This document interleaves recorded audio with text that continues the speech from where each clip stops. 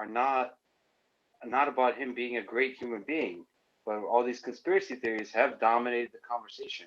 And even those people who don't believe the conspiracy theories, there's still a sense that, that there's something shady, or that, that he's Yeah, not, as opposed to this is amazing human being. Like, that's I, what it did to yeah. me. I'm Lex, not can gonna I lie. That's That's how I can I feel ask a about it, question on that to Lex. Lex? Yes, William, go for it. Thank you, Lex. So Lex is like an expert in algorithms and artificial intelligence. So as we said, Lex, there's so many conspiracy theories around Bill Gates. Do you think that on social media, those conspiracy theories are a reflection of what the people on social media actually believe? Or do you think that that is the algorithm embedded in the social media, picking the most sort of controversial thing and pushing it to the top in order to sort of boost engagement? So is it the algorithm is driving the people, or the people are driving the algorithm? Beautiful question, and the answer is both. What I've seen from conspiracy theories is people love talking about them. The people who talk about them, they love it. So the engagement is super high. They get really excited. They're addicted to it. It's like one of the biggest topics that drives people to return time and time and time again to like Facebook groups and all that. So it's like the algorithm is feeding the conspiracy theories into people's like feeds, but then the people, because it's getting fed to them, are starting to believe them, and it's like this vicious cycle. And there's a certain threshold beyond which it gets like popular enough, like enough. I don't know what the number. I think the number is pretty scary. It's probably like hundreds of thousands of people believe this stuff, like some of the bad stuff, and like there's a certain threshold beyond which like your reputation is ruined. And I'm afraid that like Bill's reputation is not in a good place, and especially this is really important. Just William said brilliantly. This is really important because we're now hoping that people take the vaccine, right? That's an important part of getting over this COVID thing. And Bill is kind of one of the faces of the vaccine. And if he doesn't have trust from the people, then it's like this again vicious cycle that results in like a lot of problem is counter to what he actually wants to achieve. So I actually put it on him, the responsibility. You know, like Barack Obama is an example of somebody that was with a lot of conspiracy theories around him, was able to really eloquently like dance around it, be witty, joke about it in such a way that kind of releases some of the tension. Mark Zuckerberg is an example of somebody who's not very good at it. So I think it's a skill, and it's something that I put on him, and like these leaders have to carry that responsibility because it has a lot of impact, I think, on the world, a positive impact. Yeah, totally. I am actually that hit me when you were talking earlier about how even the non-conspiracy theorists are like, it's like they don't believe it, but they're like, oh wait, what? So it causes something in their head, right? And that did it to me. I was like, what? It's just, it brings this weird feeling, right? Like it's just an All you awkward need is the seed of disbelief, and then yeah, it'll grow into exactly. something else. I want to hear from because this starts in 4 minutes. Bill Gates is gonna be on Clubhouse in 4 minutes, everyone. So hang tight. You can choose to go and listen to the actual room. Please do if you can make it in there. That's pretty dope to be in there. But if not, this room is gonna be used as an overflow. There's already 2.2 thousand people in here. So just to reset quickly, Bill Gates is on Clubhouse tonight at 9 p.m. Eastern Standard Time. That's in 4 minutes. This is it's going to become an overflow room, meaning that we're gonna have someone in the other room overflow to this one because there's an 8,000 person cap on Clubhouse per room. Perhaps it'll be pushed tonight. Perhaps it won't. But no matter what, there's gonna be a cap at the end, whether it's 9K, 10K, whatever it is. So, and then we're gonna have a post game. So at some point, just so everybody knows on the stage, I'm gonna move some people down, but I'm gonna bring the people I moved down first. In order just to add to the conversation, and I'm also going to include people in the audience. So you can tap on my head here, go to my Twitter and tweet at me. You're the one question with ask Bill Gates, and also you can live tweet at me so I can make sure to see who to bring up as well. That would help me a lot. Vic, actually, I see you're here. Vic, it's funny. You work at Microsoft, and I'm the one who told you about this. Now you were like, what? Because you're on another stage. How does it feel to have the big boss come in here tonight? Dude, honestly, it's weird because I think obviously like Bill Gates is synonymous with Microsoft, right? And you can't really separate the two. It's going to be Jeff Bezos to Amazon even after the fact that he's leaving, right? Even though he's still on the board.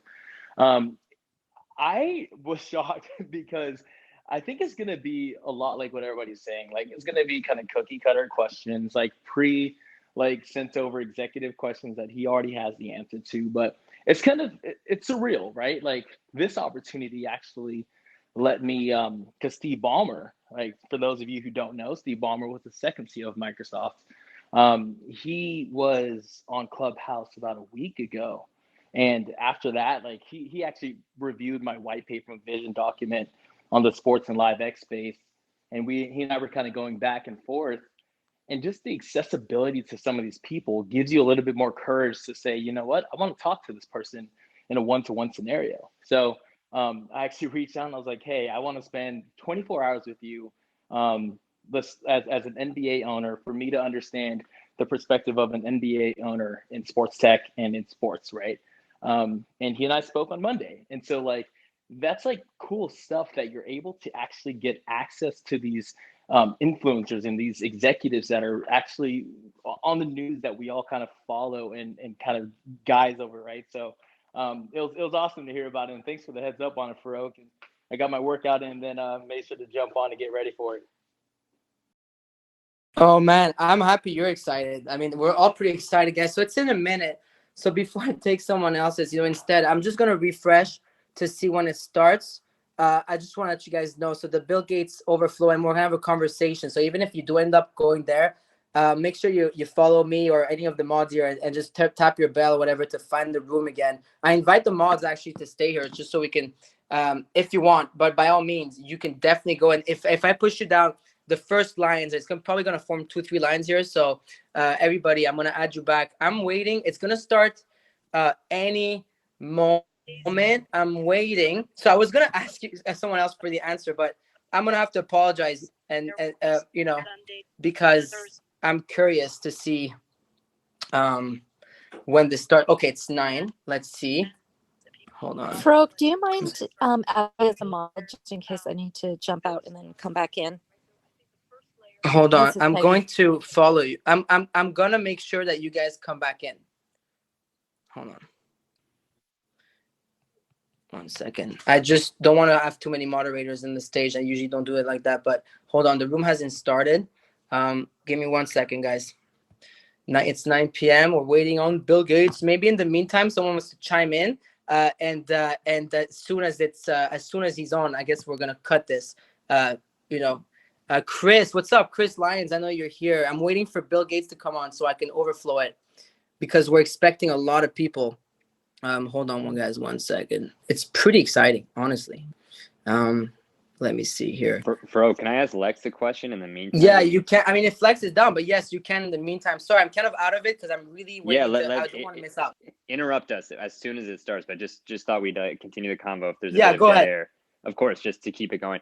Lex, like I think you're one of few people who like has been in touch with the Gates team, like setting up the interview. Like you mentioned before, as like people are joining, like they want to take your 3-hour proposal for an interview, like move it down to 15 minutes, and then really think about the topics. Like I'm curious, like what were those topics that they wanted to discuss as opposed to like the long list of questions that you had for a 3-hour interview? I'm curious, like how he's thinking about positioning himself publicly and what he may talk about tonight.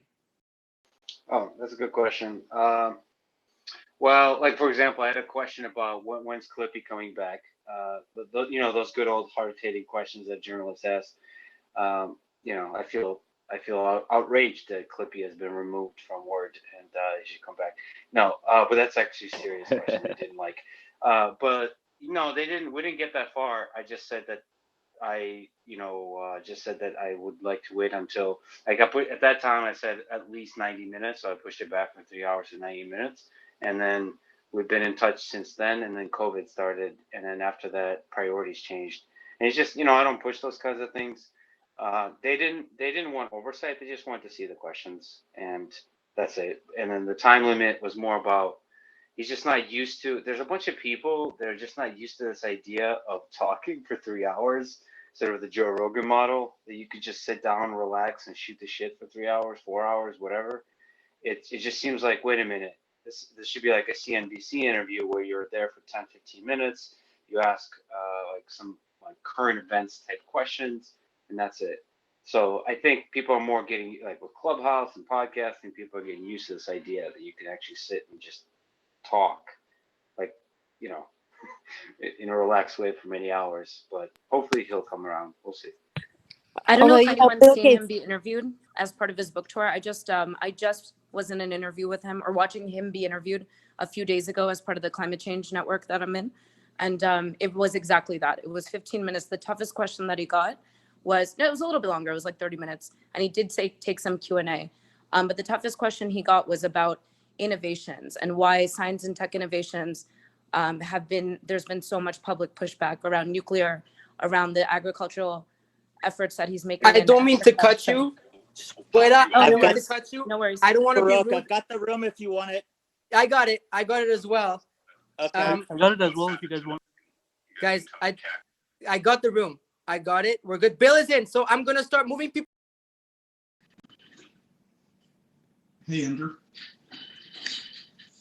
Hey, Bill, you there? I'm here. How you doing? Great. My first time in Clubhouse. Woo! Welcome to Clubhouse. Oh man, we're so excited to have you. Well, thanks. I hear you have a drink in your hand. I do. I better not drink too much of it because I want to give coherent answers. No, it'll make what for are a you more drinking? entertaining conversation. It's totally fine. No, you're right. So, Bill, thanks for doing this. I just wanted to have a casual conversation, talk about everything that's going on, everything you've been thinking about. I know you're in the middle of this crazy book tour. We should talk about that too. But I should tell you, when we put this thing up on Twitter, the one thing everybody said to me was, Bill Gates has an iPhone. I actually use an Android phone, but because I like to keep track of everything, I'm often playing around with iPhones. But the phone I carry around happens to be Android. So Android versus Apple. Is this a religious thing though? Well, some of the Android manufacturers pre-install Microsoft software in a way that makes it easy for me, and they're more flexible about how the software connects up with the operating system. So that's what I've ended up getting used to. A lot of my friends have iPhones, so there's no purity. I know purity, and I know Paul, you're working hard on an Android version of this, right? We are. Yeah, we're so excited. Someone asked us the other day what the top feature we're excited to build is, and we said Android. Right.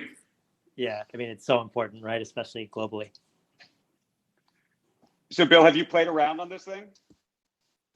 I've had demos, but no, it's just in the last few weeks, it's come up a lot. A friend of mine was just in Steve Jobs Stories Clubhouse yesterday and telling me how much fun that was.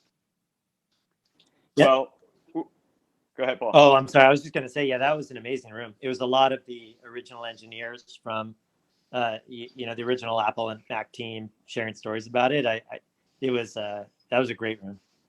No, I'm sorry I missed it. I could have added a few stories there. I know. I can't even imagine what that would have added to the conversation. No, it was an amazing relationship. Steve was so unique.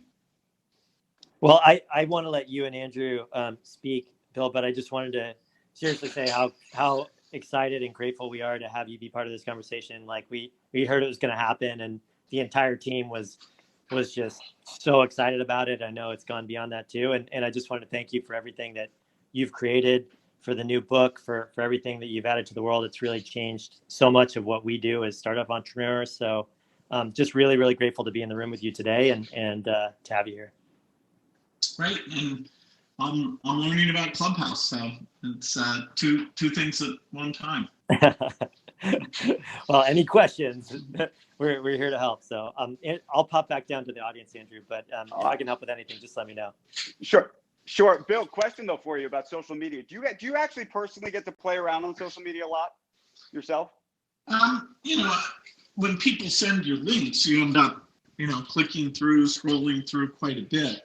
But I tend to go to, The Economist, the New York Times, pretty directly to my favorite news sources, more than people who just are using a feed to find the stories they read. So you don't have a burner Twitter account? Well, I have a Twitter account that I just mess around on, and then I have my official Twitter account. And that's true on most of the services, that there's the official me, and then there's the messing around me. Are you ever a TikTok guy? I mean, did you see? Have you? The reason I'm asking this, I'm curious if you see, like, obviously right now everybody is fascinated about Clubhouse and the future of Clubhouse and what it's going to do, and Twitter's trying to do one, and Facebook's trying to do one. But I was curious if you feel like you've seen over the years, like, that you caught on early to that Facebook was going to be a big thing, or that TikTok was going to be a big thing. No, I'll give my daughter more credit on TikTok. I didn't realize that there was such an unmet demand for watching people dance.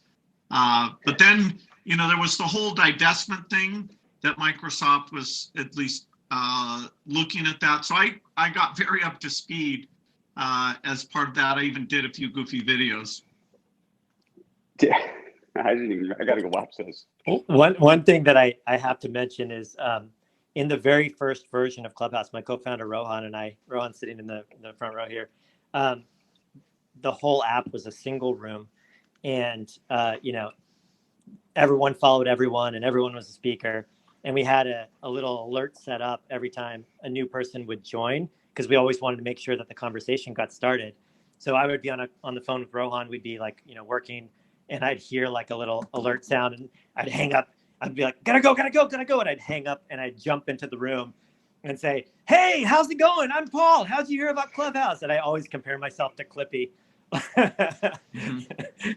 Just being there waiting for people, seeing if I can help. So Bill, you've been in the middle of this crazy book tour. We've seen you all over 60 Minutes, everywhere. Before we even get into the book and what's going on with climate, and I want to talk pandemic and so many other things, do you actually enjoy these book tours, and especially this one in particular, because it's all virtual? I'm just curious how it's going. Yeah, it's a lot of fun. I don't have to fly. I do at most 2 a day. Some are fairly specialized, like Columbia or Stanford, or groups of experts who work like a Sarah conference type thing. But the nine are just sort of city-based. We get different questions, and I pick people I enjoy talking to. Trevor Noah did one, Rashida Jones. I just did one with Christian Welker, which was great. So they managed to bring their own touch to it. I'm sure a couple weeks from now I'll be ready to move on. And do you read all the reviews of the book? I do, and so far I'm very happy. In fact, we just hit today the #1 on the New York Times bestseller list. Congratulations. It's a big congratulations. Generally, by the way, do you feel like you have thick skin, though? I've always actually been curious about this. We've never talked about this, because you're written about constantly. I mean, virtually every day in one context or another.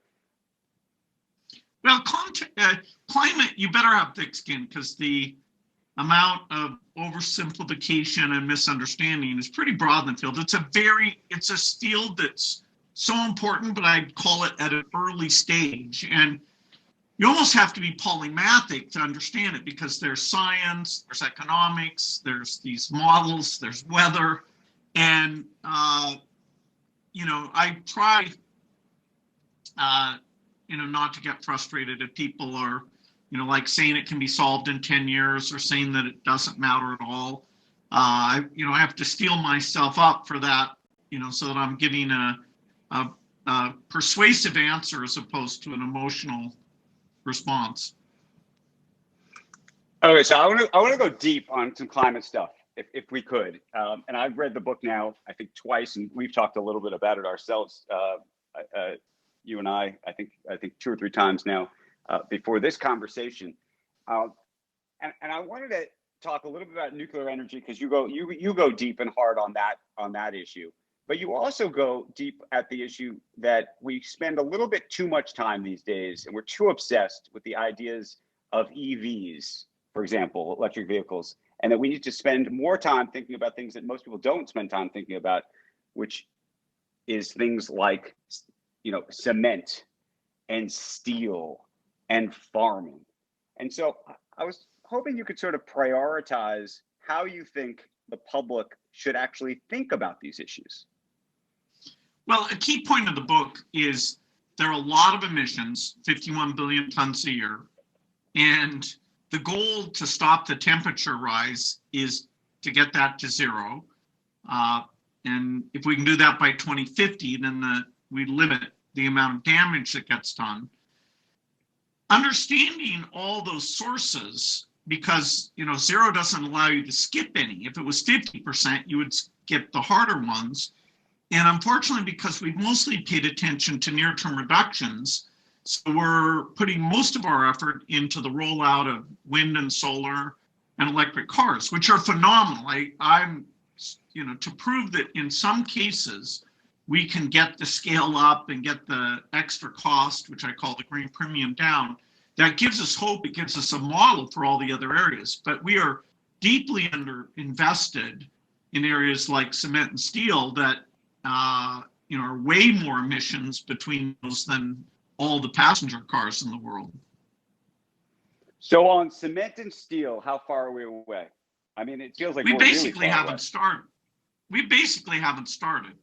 The Breakthrough Energy Venture got going in 2015. My commitment to the heads of state who did the event with me, where they committed to double the energy R&D. I committed to them to create a venture group that was totally specialized with a very deep business and scientific team, just investing in big climate impact things. And so we've invested now in all the different areas. We found more in storage and in food than we expected. So our second fund, the second billion we just started, will push super hard to find more in the industrial areas and direct air capture, including what's called green hydrogen, that if it got cheap enough, would help solve a number of the industrial processes.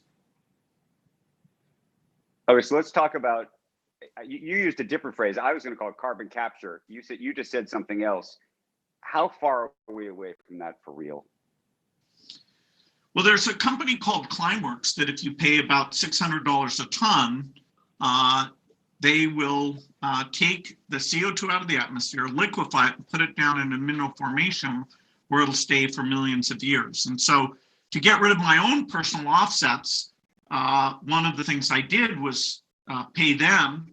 I also pay for green aviation fuel so that when I'm flying, it's not, there's no net emissions.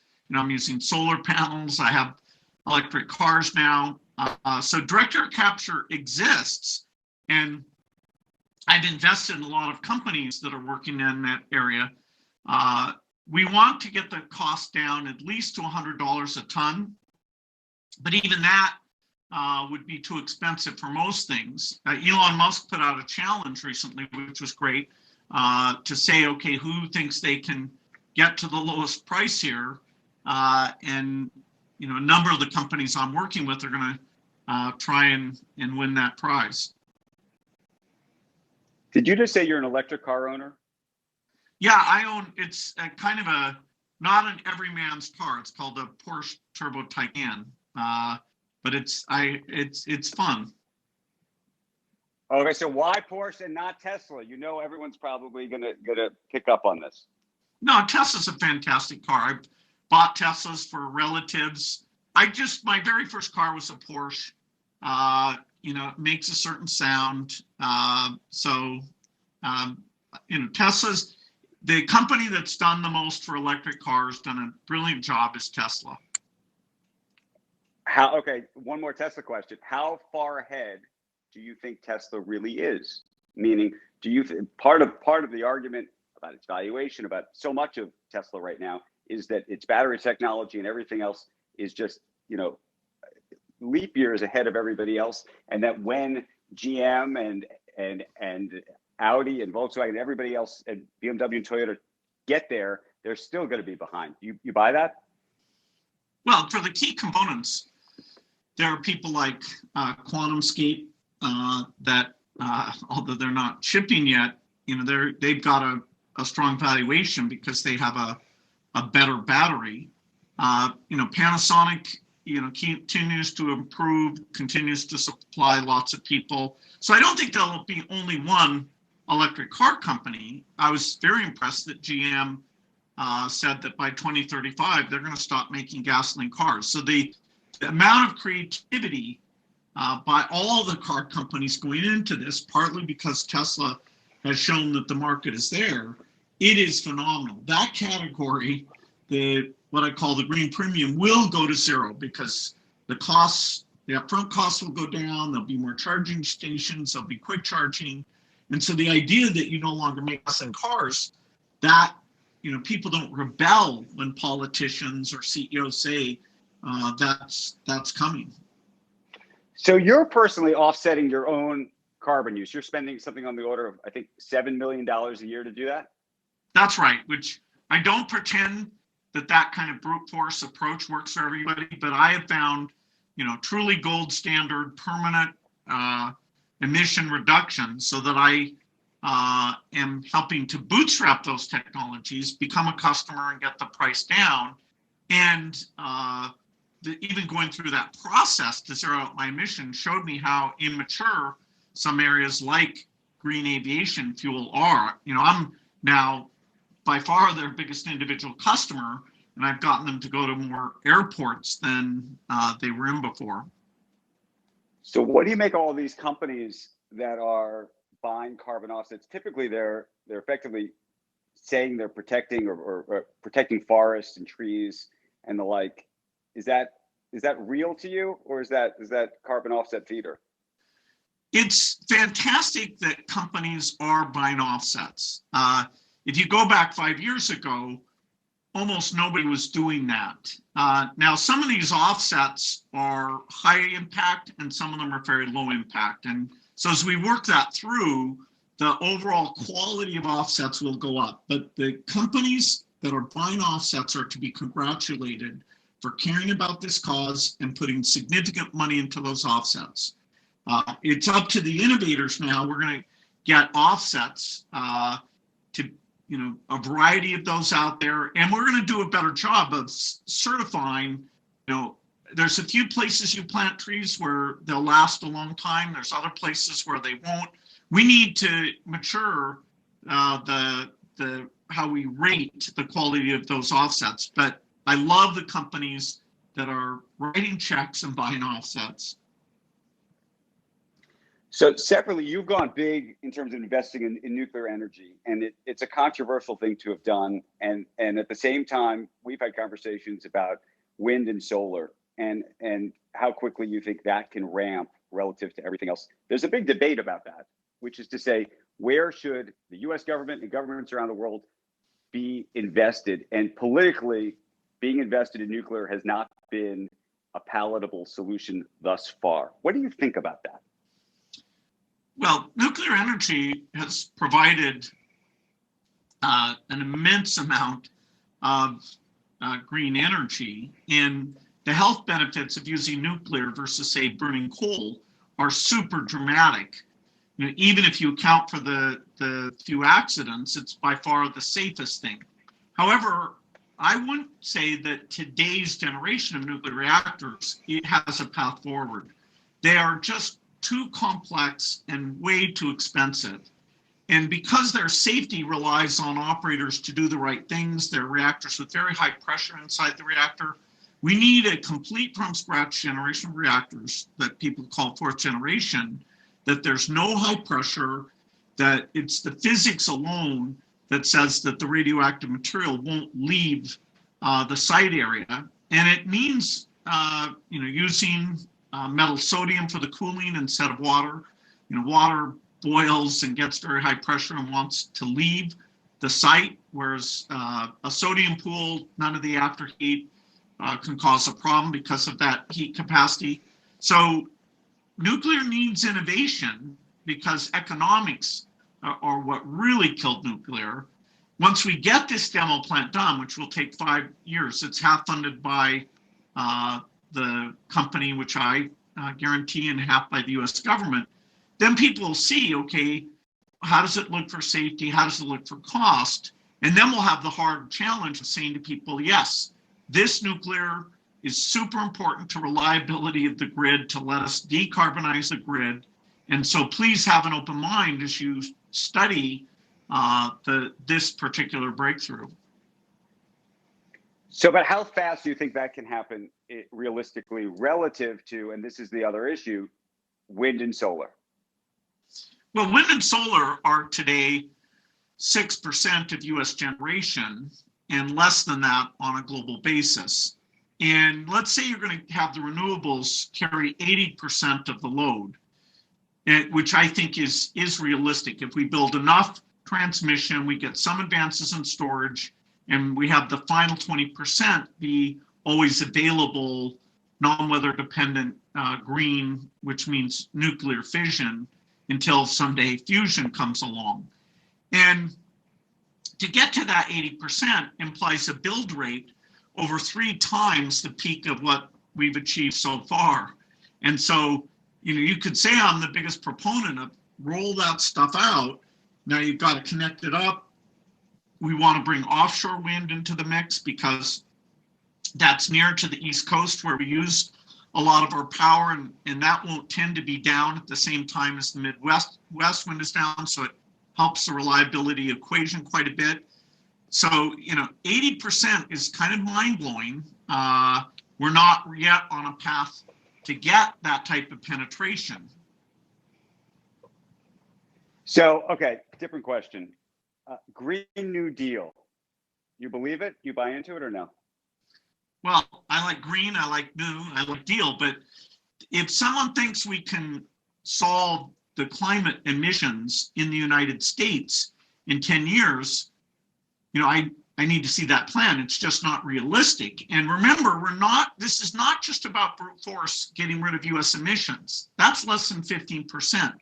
This is about using the innovation power of the United States to reduce the green premiums for all areas of emissions.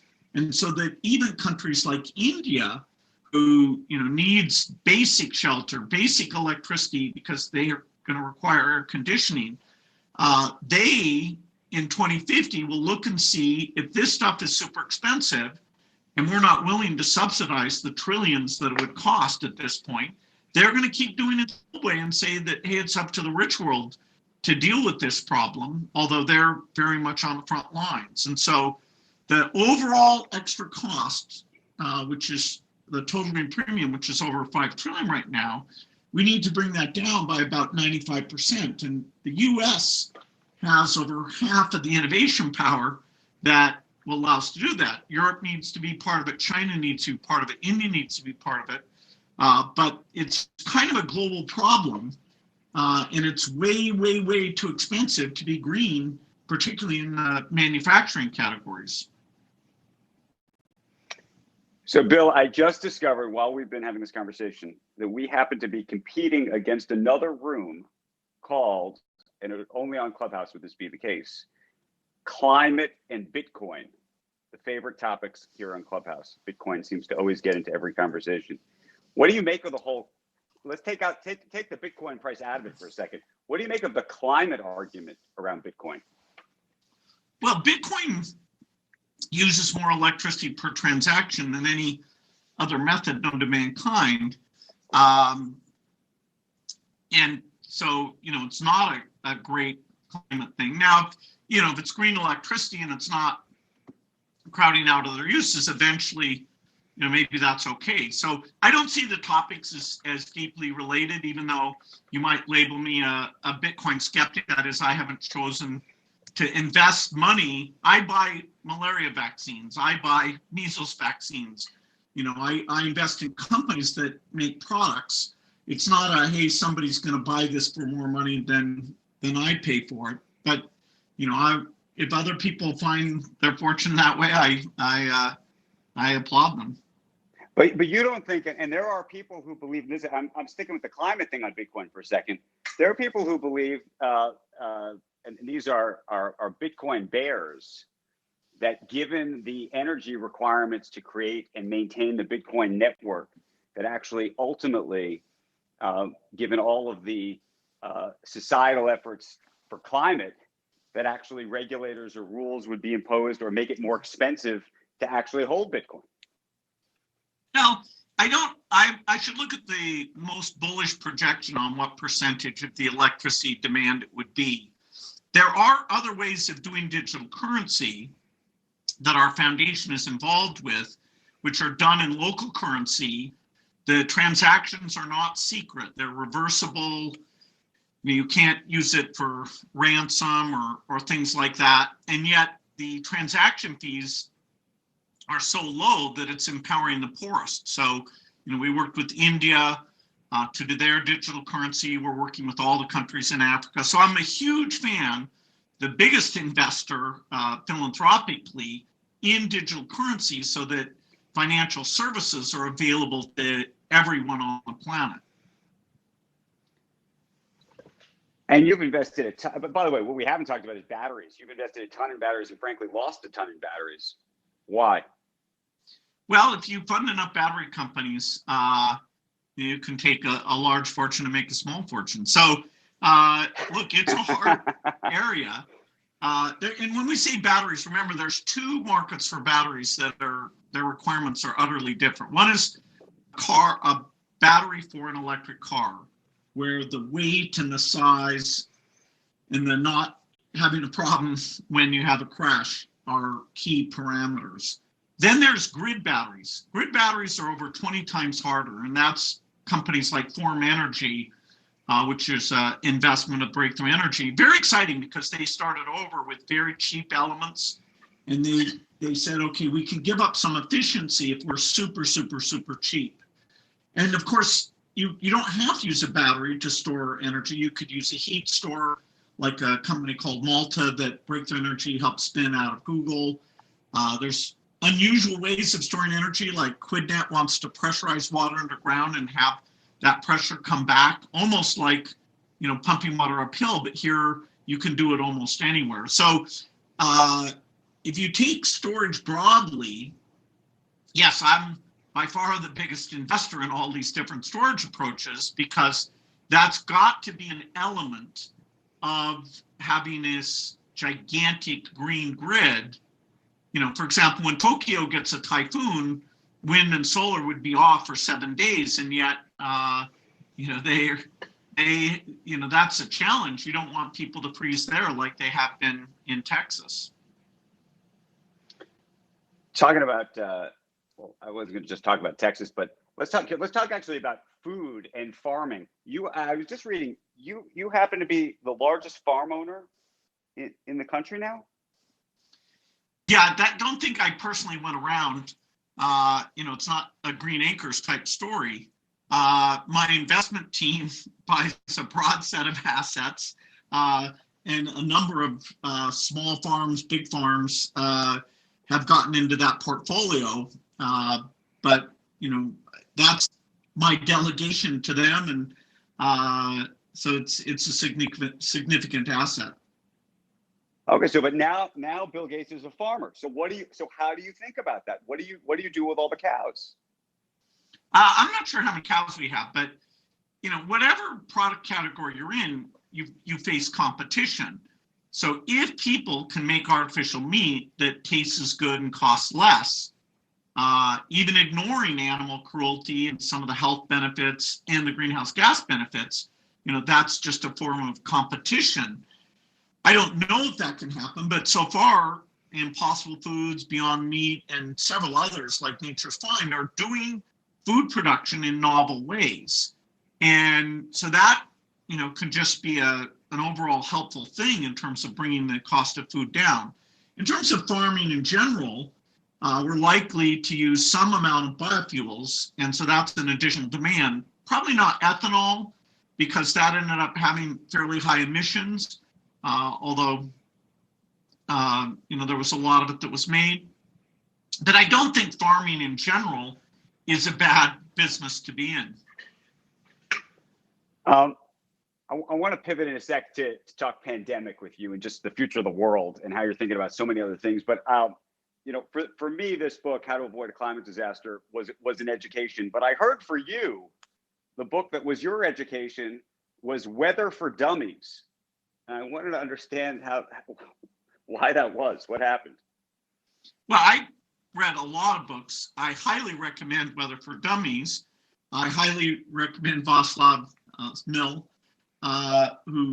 whose best book is Energy and Civilization.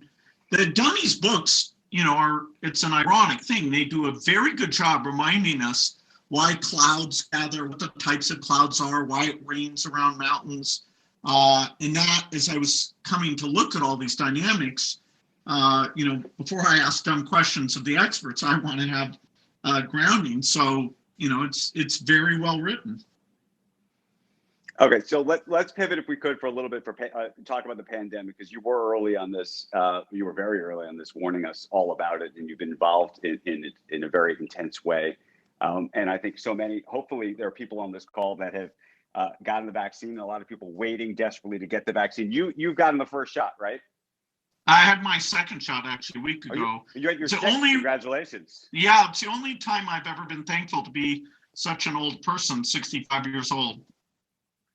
Okay, so you have your second shot. Okay, so now this gets interesting. So I hope you've now started to look at a calendar.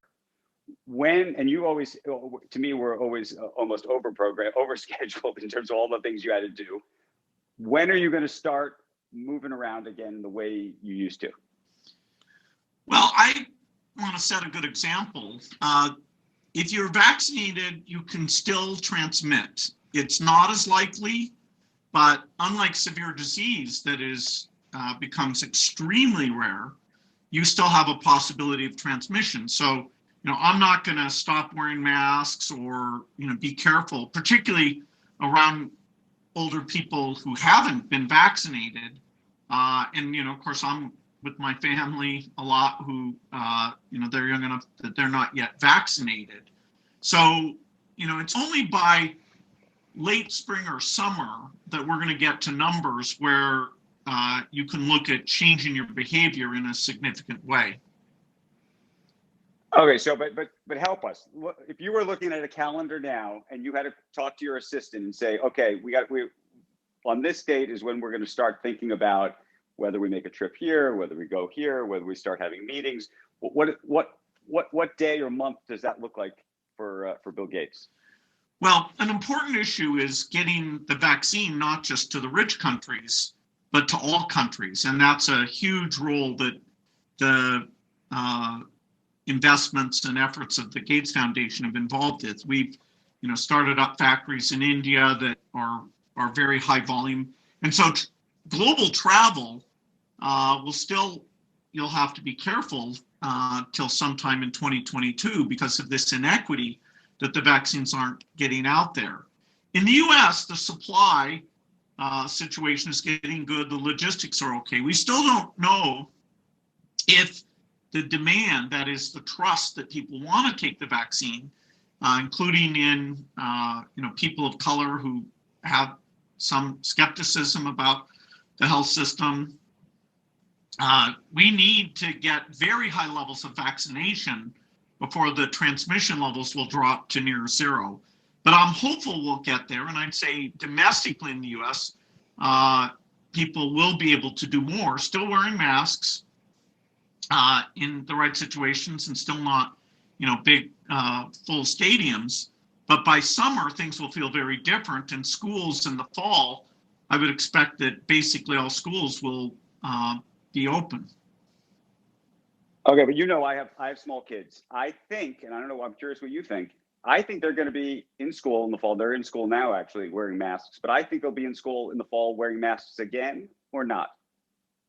Well, wearing masks isn't some huge disastrous thing.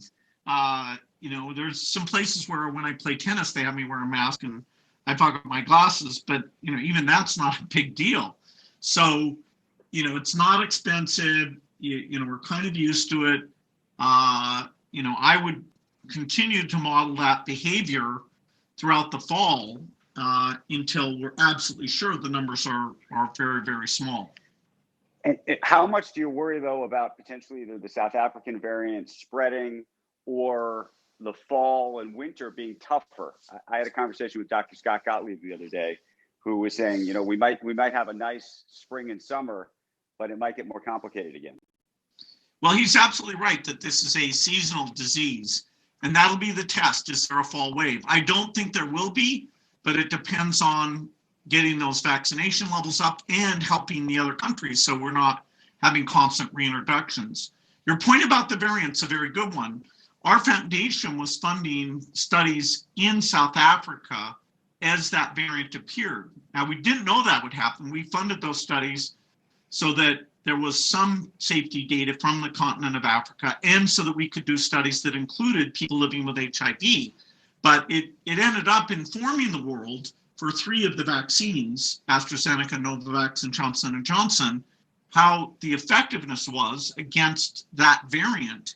And, you know, it didn't reduce the Johnson & Johnson and Novavax by much, AstraZeneca a little more. So the fact we had that trial there was very helpful to say, okay, do we need to tune the vaccine, which, you know, might mean a 3rd dose for people already vaccinated. And the companies are hard at work looking at that, and do they need to do multiple varieties? How do we cover the full set of variants that are showing up in the world, which fortunately mostly have common features. And so it looks, this isn't like a disease where you'll need a 10 valent vaccine with 10 different forms. At most it'll be 2 or 3. Do you think warp speed worked in the US? And one of the reasons I asked the question is because what you're seeing happening in Britain, at least, it looks like they're really moving ahead of us, in part because they approved the AstraZeneca drug, which I know was something that you were supporting. Well, the reason the US, it was actually BARDA, then it got renamed that funny name, but BARDA funded 4 of the 5 gold standard vaccines. Pfizer chose not to take government money, so they did the deal with BioNTech and funded it themselves. But the next 4, including Moderna and the 3 I already mentioned, if it wasn't for that BARDA generosity, those things wouldn't have moved as quickly as they did.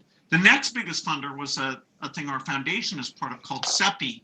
But even in total, CEPI was less than half of the BARDA checks that went out. So the one thing the US gets a good grade on in this whole pandemic, the only thing was funding the R&D for those vaccines. And, you know, that was a huge contribution for the world. And so on a relative basis, actually, let me ask you this. Countries is there any country out there that would surprise us about how well they're doing with this, in your mind? Well, Australia, Vietnam, New Zealand, you know, every country is doing something right. But those 3 caught the disease early instead of having the idiocy of doing the travel ban and then not testing the people who came in. So I guess the big next question, beyond trying to figure out what next winter is going to be like, is what do we need to do to avoid the next disaster? And what do you think that could even be or look like? How often do you think this is going to happen to us?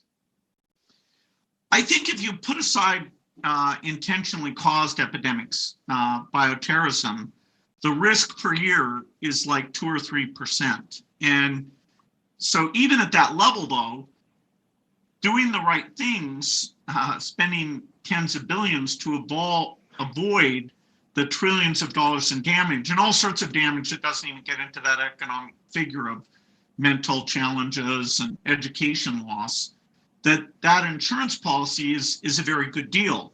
Now, the thing the Gates Foundation will do is make sure that those tens of billions are actually not just beneficial to the next pandemic, but you create a standby force that's working on things like malaria and measles normally and keeping their skills sharp. And if there's any hint of a pandemic, which we'll build a 100 times better surveillance system, including high-scale diagnostics, those, say, 3,000 disease fighters will, drop the current infectious disease work they're doing and just totally be the brilliant people to make sure the quick epidemic response happens on a global basis. So I'm actually pretty excited that those investments in the R&D side, things like getting mRNA to be cheap, which it's not yet, getting factories all over the world, getting a new way of doing the diagnostics that's PCR, so very, very accurate, but also very cheap. The innovation during the crisis was strong, and that's a foundation that will advance not only global health and infectious disease, but that BioNTech vaccine platform. Actually, the main reason they made it was to go against cancer. Our foundation invested in that company to make sure they'd have money to do infectious disease also. But this is pretty profound advance, 10 years of progress in less than 2 years. Okay, putting the science and innovation part aside for a second, I have a behavioral science question for you, which is, do you think that the world, or let's just take the United States, learned a lesson in this so that we're actually going to be better off next time?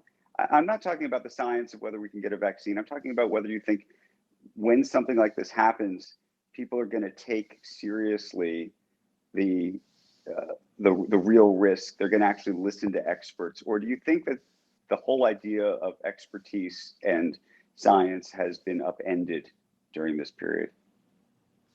Well, I think the quality of leadership you have during a crisis matters. If a leader is willing to share the bad news, if the leader is really getting the data out, encouraging more testing to be done, not having a testing system where you don't get your results within 24 hours. I mean, the number of mistakes were pretty unbelievable. We were lucky this thing wasn't more fatal than it ended up being. But it's still, 500,000 Americans, that's an unbelievable toll. And of course, the global toll is much higher than that. I do think that for at least a generation, people will have this threat model in mind, and that the government will take the right steps, even though, maybe 10 or 20% of the people will never believe it. Apparently that's true for the election also, but, this is serious stuff. Most people know somebody who died.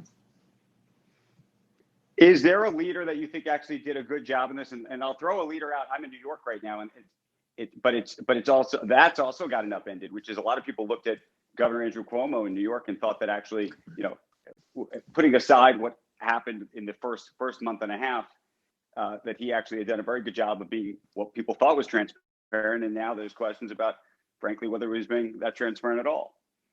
Yeah, he called me during the pandemic because there were various models that gave him such a range of how many ventilators he might need. And I would say, on a Saturday night, I got to talk to him about that.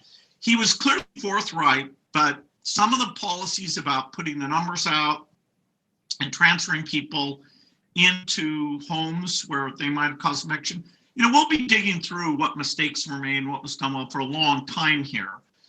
In his case, there's some definite very positive things he did, but now we're looking at the whole way that the numbers got reported. If you want a pure example, you'd say, the leadership in New Zealand, in Australia, in Vietnam, countries that had a little bit of either SARS or MERS and understood that you have to get the commercial PCR machines, and anyone who comes into the country, you don't just do a travel ban and force a surge of infection into the country without the testing. I mean, that's so basic. And to brag about that as though it was a smart thing, that's really wild. Well, let's hope there's not another pandemic in the end. Couple personal questions before we end this. Tell us just about how your what is the day in the life of Bill Gates actually in the pandemic? It's a lot of Microsoft Teams, a lot of Zoom. I can schedule myself without any time between meetings, so I have to be a little careful there. Maybe get up and stretch. But are you at home? Do you go to the office? What time do you wake up? Is there a gym? Is there not a gym? Are there people that you would have seen in the past that you're now not seeing? Are there people inside your house that you don't have? How has it changed? I mean, I know, some people have gotten rid of everybody. Other people have, how's it work for you? Well, I feel lucky that I have a home with a very good internet connection. So actually, my kids, senior in high school, a junior in college, and a second year medical student, I've seen them more this year than I would have expected because they were home a lot doing their courses online. So it's mostly just our family. I get outside to play pickleball even in the cold weather.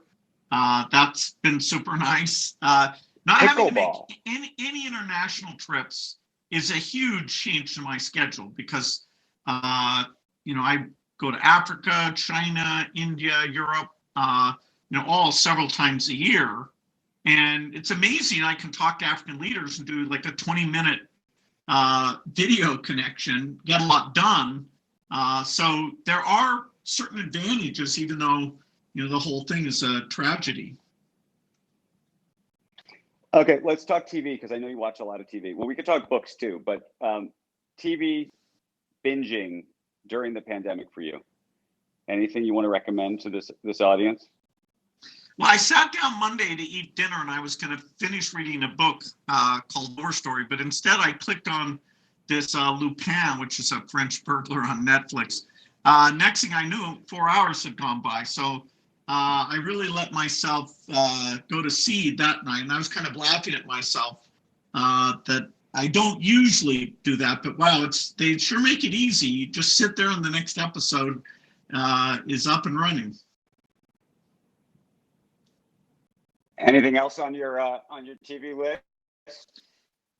We've had a whole year. By the way, do you think the content's gotten better or worse during this year? Because I feel like I've sort of run through a lot of stuff. Some stuff is starting to come back. That's okay. Well, there's so much stuff that you worry there's good stuff that you're missing. The quality overall, if you compare to say 10 years ago, it's mind-blowing how good this stuff is. The complex plots, the choices, even just in the documentary area, it's quite phenomenal. I have a strange taste that I take a lot of college courses, which is on a channel called The Great Courses. That's about, a third of my viewing, where it's right now I'm taking a course on the Old Testament, which is definitely fascinating. But wow, if you want to learn stuff, this is the era that it's all there. So when you're taking these courses, watching this stuff, and your kids come in the room, are they like, Dad, what are you doing? Why aren't you watching something on Netflix, or do they sit down and want to actually watch with you? No, it's not much. I mean, my son and I watched The Americans together. That was a fun experience. It was a little too violent for the rest of the family. Modern Family, we all watched together, although that's not recent. It's nice that once you get going on something, kind of the whole family does it together. But my courses, no, those I'm pretty much solo on those. And are you a gamer, by the way? Microsoft obviously is in the game business. No, I play bridge, which by some definitions is a game, but it doesn't require a video game. I've got the latest Xbox. I played around with it some, but I'm not a heavy gamer.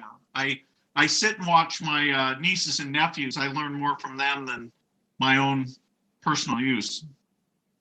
By the way, we were talking about social networks at the top of this because we were talking about Clubhouse. Did you ever fund any social networks yourself early on? Well, Microsoft and MSN had, the same kind of chat forums that other people did. And of course, Microsoft owned shares in Facebook because we were doing some things where we were looking at search and Facebook working together. But no, that, LinkedIn, of course, now is part of Microsoft, and that's doing extremely well. Okay, serious question, and I'm getting it on Twitter. Do you use Google or do you use Bing? I use Bing. You do? Of course. I look at Google to compare to see how we're doing competitively, and I'm always happy with them. But no, I'm a loyal Bing user. You're a loyal Bing user. Okay, this is interesting because I have to admit, don't hate me for saying this, I don't know a lot of people using Bing. Well, you travel with a very snobby crowd. it may very well be. Absolutely. You've got to come down here and get with the masses and use Bing. So, tell me before you go. Tell us what are you doing these days with Microsoft itself? By the way, Satya makes it a lot of fun for me to do product reviews. So often stuff that's we're planning the next year or 2 years of things, the really high reach stuff. I do a lot with the agent. I'm a big believer that agents are going to be 100 times better than they are today, and that I want Microsoft to lead in that. I do a lot with Office, with AI, with Azure. I love the product reviews. So Satya's got me now where I'm doing the part of the job that I enjoyed the most, and there's enough good work that I can provide a lot of encouragement, some hints about how to do things differently. So I spend it'd be 2 or 3 days a month, although the pandemic's reduced that somewhat. I'll catch up, I hope, this summer. If you take Microsoft out of it, who right now do you think is doing the most interesting work in terms of agents, AI, and really, futuristic stuff? Well, Google and Microsoft are the two hardcore R&D companies. Yes, Amazon's doing great work, Apple's doing great work, Facebook, but in terms of really pushing the boundaries of computer science and architecture and AI, I'd say Google and Microsoft have that strong R&D commitment, both stuff that they share openly and things that they do that focus on their own products. So it's incredible. I dreamed of having R&D budgets like Satya has today. So if I can help him steer it a little bit better, it's potentially high impact and certainly a lot of fun for me. What do you think of the idea of like an Apple making a car? I doubt they'll make the same margin they make on the iPhone. And autonomous cars still, how quickly that catches on, and do people own cars? That's unclear. Electric cars, that's clear. Over the next 20 years, dramatic shift. Autonomous is still the one where which countries it catches on first, how safe is it? That's open. So, even though Google got in there with Waymo early, maybe Apple can make a contribution there. Usually you do products, you don't want to be the 100th one to do a product. So you've got to have kind of a unique take on a product if you want to get Apple-like margins. Is there a piece of tech in your life right now that you use that's new or cool or different? I was asked this question the other day, and my answer was I'm wearing an Oura ring. I don't know if you know what that is. It's this. Oh yeah, I wear my Oura ring every night. I check my REM sleep. I sometimes fall short. I try and think, hey, did I snack too late? No, I'm addicted to Aura's feedback. Hold on. How are your numbers? I'm on a 7. Not too good. It often says to me, it says to me in the morning, it will be okay. And I always know that's a bad sign. That is a bad sign. Mine says go easy. That's what I got today. Go easy. So I don't know. I want to thank you for this conversation, Bill, and to tell you to go easy. We appreciate you joining us. This was a ball. I hope we have an opportunity to do this again. Frankly, I hope we have the opportunity to do this in person sometime soon when the world does go back to normal. But thank you, and thanks everybody for joining. This was a lot of fun, and if you do have a chance, and I will push it for you, Bill, because I enjoyed the book. I know you've become a book influencer. Somebody actually just sent me a text saying they're buying Weather for Dummies, but Bill's book is called How to Avoid a Climate Disaster. So thanks again. Thanks. That was great. See you guys. And Paul, thank you for making this all happen and hooking it up.